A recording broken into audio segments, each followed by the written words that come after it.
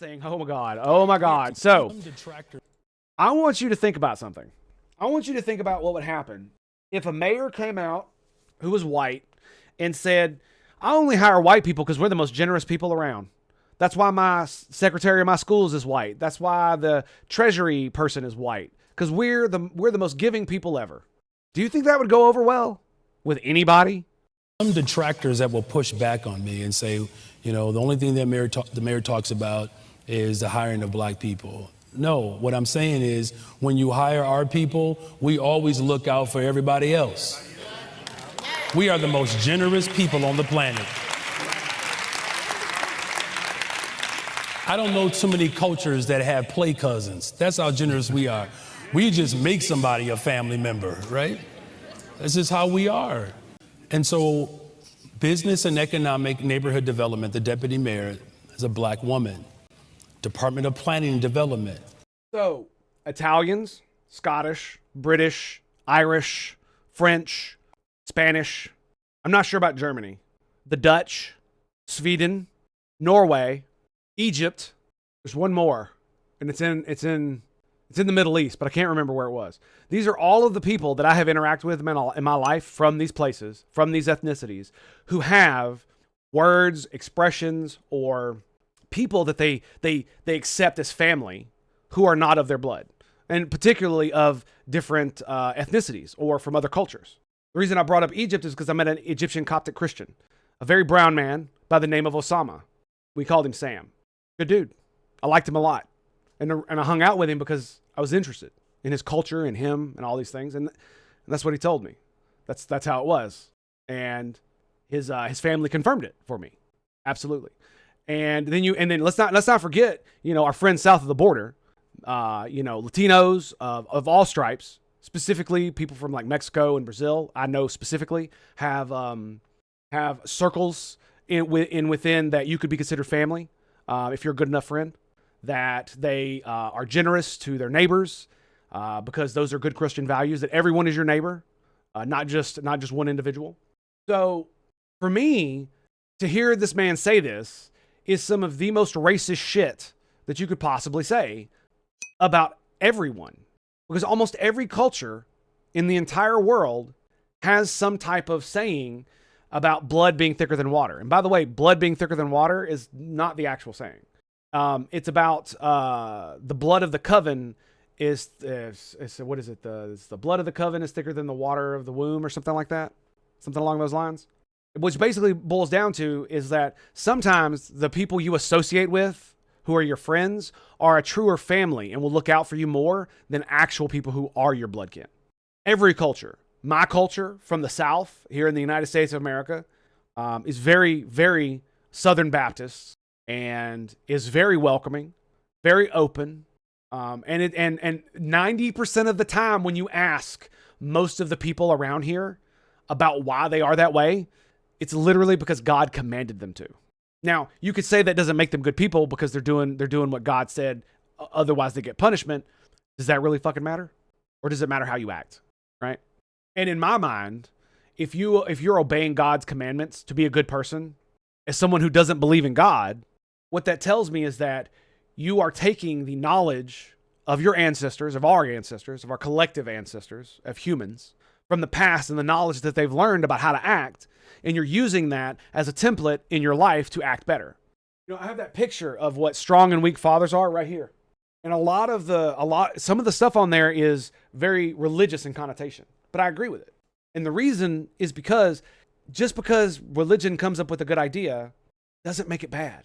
It's still a good idea. The religion part doesn't make it bad.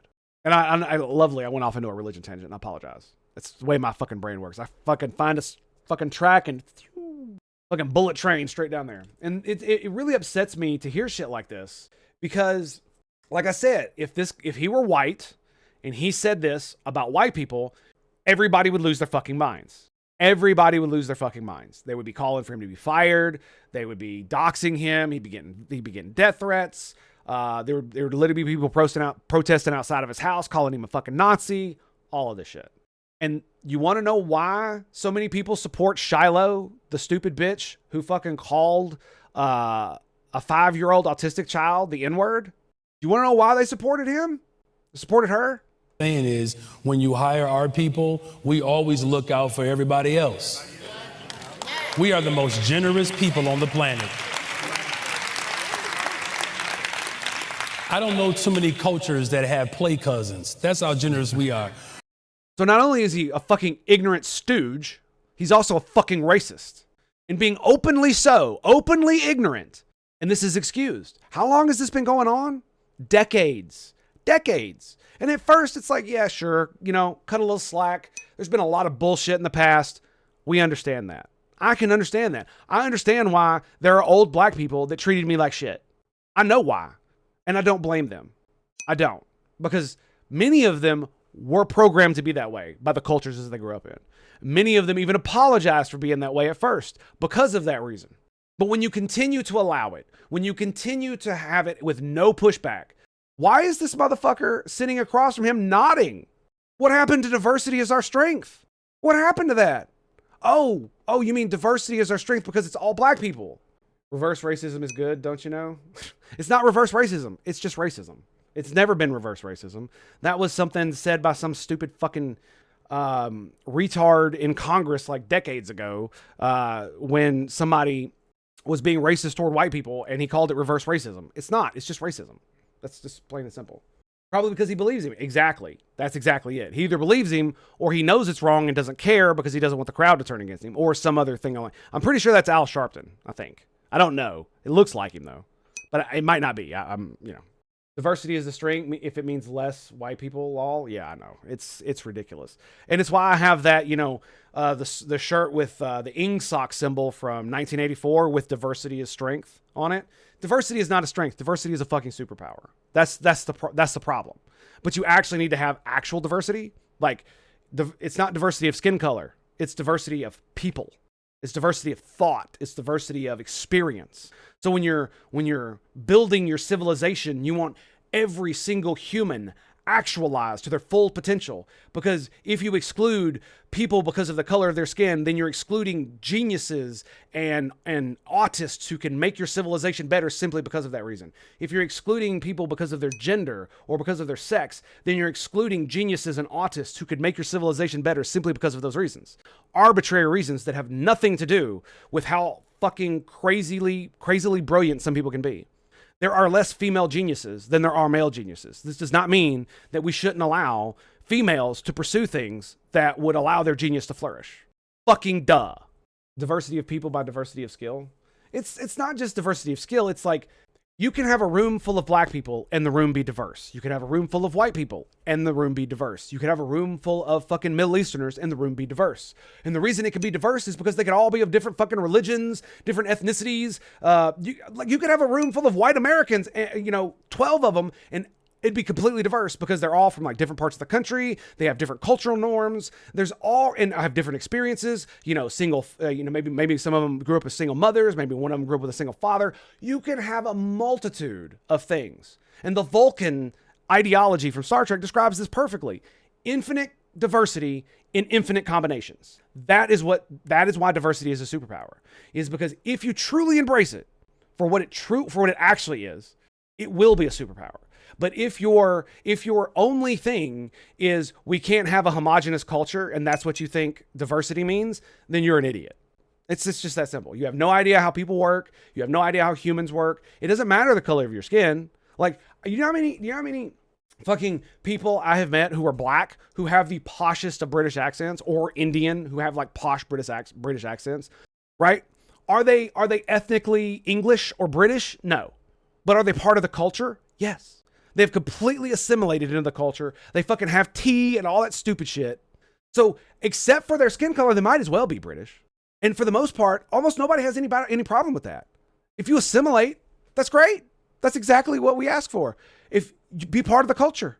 If you want to bring your own little flair and be part of the culture, that's cool too. That's infinite diversity and infinite combinations. So not only do you have, not only are you now subsumed by the overriding culture, but you've brought a little bit of your own, adding a little bit more diversity. So not only in a different combination, it's not just diversity, it's diversity in a different combination, because you're not bringing your culture from where you come from to where you're going. You're bringing pieces of the culture and integrating it into the new culture, creating a new amalgam. This is why, like, American culture is this weird amalgam of all kinds of different European and cultures from everywhere else. This is why you have places like Little Italy and Little China, and how you have entire foods that are based on like Chinese or Japanese or Mexican variants of food, but they're made for Americans, right? Tex-Mex is what they call it is what we call it down here, right? Where it's Mexican food made for American mouths.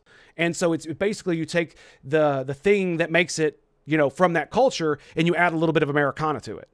And that makes it something unique. It's not Mexican food. It's not American food. It's a unique combination of the two. And this goes beyond food, because that's what most of these fucking diversity idiots talk about. Oh, you know, we brought food and culture and song and dance to your culture. It's like, fuck you, dude. Like, what you also need to bring is you also need to bring fucking dudes who know how to do fucking math. That's what you need to do. You need dudes who fucking know how to fucking be athletes. You need to bring dudes who know how to have good family values, and dads who know how to raise their fucking kids. Those things are important too, fuckos. Anyway. That was some of the benefit that were preached by my teachers for years. The melting pot is our strength. Yes. And it's the melting pot idea in specific. But that doesn't mean that there isn't an overriding culture of Americana. And it's different in different parts of America, right? In the central part of the United States, it's different, and they have different accents than they do in the South, and that they do in the West, and they do in the East, and they do up the Northeast, right? These are all different variations on the same fucking thing. And one of the reasons we have such a homogenous culture, a lot of it has to do with like Hollywood and stuff like that, and TV. It definitely homogenized us in a way that was unheard of back in the day. This is why before like TV and stuff like that, they were very different cultures in very different parts of the United States. And they still are. But because we have been subsumed by this like overriding American culture produced by like Hollywood and TV and all this other stuff, it's not just them, but it's amalgamation of that, as well as other local things. We now have more in common with one another than we used to. And this is a good thing. This is actually a good thing, because we can still be different, but we can still be homies, right? The United States of America. I'm from Tennessee. They're motherfuckers from Alabama. We have slightly different cultures. But that doesn't matter. You go to Florida, they eat gators, man. Like, gator tail is pretty good, but it's not my thing. It's not my thing. That doesn't make them any less American or any less my homies. You know what I'm saying? Same within California. I know a lot of people believe a lot of stupid shit. There are people on the right, there are people on the left, people a lot of stupid shit, but you're still Americans, man. Like, none of that shit matters. None of it. And to do this with race and just allow it to happen, this is not diversity. This is racism. This is what this is. This is not a strength. This is the weakness. And if you allow people who have historically been oppressed to just be fucking racist and have no pushback and not have to integrate into the not racist part of our culture, then you're going to get people who are just going to be racist. They're just going to be openly racist. They're not going to care anymore. Like your words mean nothing. Like your boos mean nothing when we know what you cheer for. Let's continue to listen. I don't know too many cultures that have play cousins. That's how generous we are. We just make somebody a family member, right? That's just how we are. And so... Yeah, exactly, Longwood. I agree with you. I chose Spanish specifically because I knew meeting more Spanish-speaking people than others wanted them to be more comfortable. That's a great thing. For me, it wasn't about other people. It was about me specifically, because that's just who I am. It was about the fact that I wanted to learn another language because I needed to continue my education in something. And I've basically reached the pinnacle I can get in a lot of the stuff that I'm interested in, unless I want to take like higher math in college and shit, which I really am not interested in at the moment anyway. And so I chose Spanish because it's the most pragmatic thing rather than Italian or French or any of that other shit.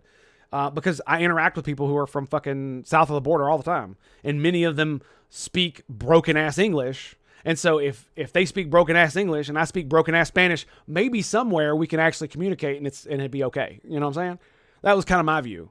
It was just more, it's the most pragmatic thing I could do as far as my education goes. The fact that you're right, it will make more people comfortable and it'll allow me to communicate with more people is just a side benefit that I 100% agree with. You know what I'm saying?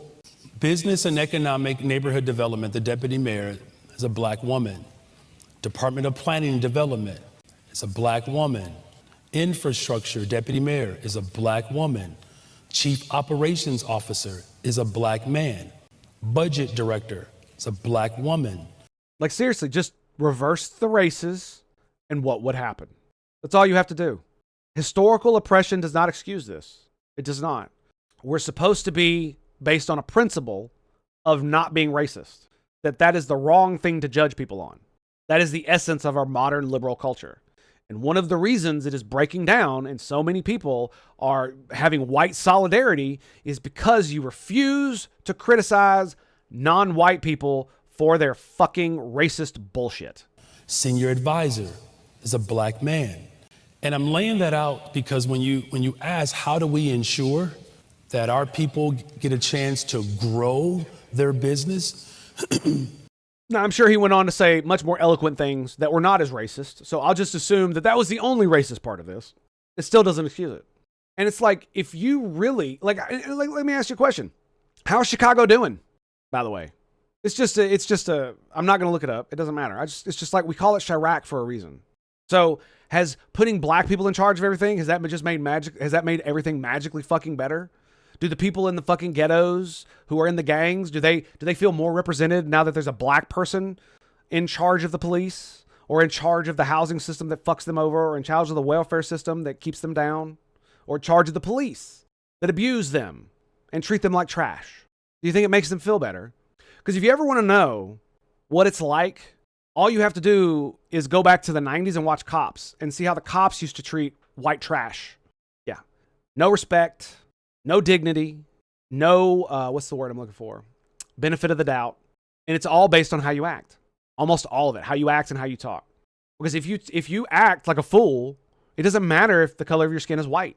In fact, like, I guarantee you, if the cop is white and you are white and you act like white trash, he is going to enjoy every second of whooping your ass. You understand that, right? This is a problem, especially nowadays. This is a problem more with policing and class than it is with race. Because if you're, especially like if you reverse the thing and you make it a guy like me, and I'm respectful and all this other bullshit, and I don't fucking yell at the cops, I don't call them names, I don't give them no fucking hassle. I've never had a bad interaction with a cop for that reason. And even when I was in the wrong, even when I was literally getting arrested for doing really dumb shit, because I submitted to the authority of the police officers and the state specifically, they treated me relatively well, as with most of the people. Like, there was a dude I got arrested with when I got in that bar fight when I was in the Navy. Yeah, you know what they did to him? Police brutality. Do you want to know why? Because he was acting like an idiot. He was acting like a dumbass. You're in handcuffs and you're trying to fucking jump on the police. Yeah, they're going to beat the fuck out of you, dude. They're absolutely going to beat the fuck out of you. Because it really boils down to, do the people in the ghettos in Chicago feel better now that the people in charge of the boot that's on their neck are black? Does that help? Or does that matter? Yeah, now that is a bad night for clubbing. Yeah, bad night of clubbing. Well, we were at a bar. Me and a bunch of freaking Marines were having a bunch of words with one another, and it was fine up until some civvies tried to get involved, and that didn't go well. They didn't like my friend Marine talking shit about them, and so they decided to pick a fight with Marines, which is a bad idea. But there were twice as many of them, so I couldn't just let, a fellow service member stand alone, technically, not alone, but you know what I mean, stand against overwhelming numbers. I had to step in and defend my honor and his honor and such. So at least that's what I told my SLPO, and that's kind of why I didn't get in trouble. And there was video, so it was basically, they instigated a fight that we were in. Did we get punished? Yes, but not in any way that really matters. But it was just one of those things. And like I said, one of the guys who was the civvy decided to get fucking ornery with the cops, and he got his ass kicked, like right in front of us. We're all just sitting there watching, in cuffs, sitting on the side of the road, and he's fighting with the fucking cops. And the other cop is just like, man, yeah, and we're all just like, yeah, dude, we know. What are you gonna do, man? You see why it happened, right? Norm Macdonald, speaking on race consciousness. I hate that we oppress people into identifying themselves by something less than human. When someone says, I'm proud to be black, I go, that's too bad. Because that's a retarded thing to be proud of. When someone says, I'm proud to be white, we hear how ridiculous that sounds. We've pushed people into a corner where now they're going to spend their whole lives identifying themselves by the pigment of their skin, which is a sad waste of life. And I realize that sometimes we've oppressed them into it, but it's still sad. And he's right. He's absolutely right. And it's one of these things that's like, you could be proud that you are a progenitor, or excuse me, that you are the descendant of a certain type of heritage, of a certain type of people who've done potentially great things in the past, and you can carry that into the future. That's a bit different. But he is right about skin color. He is right about that. And I wanted to bring this up, and I'd forgotten about it before we started to do our thing.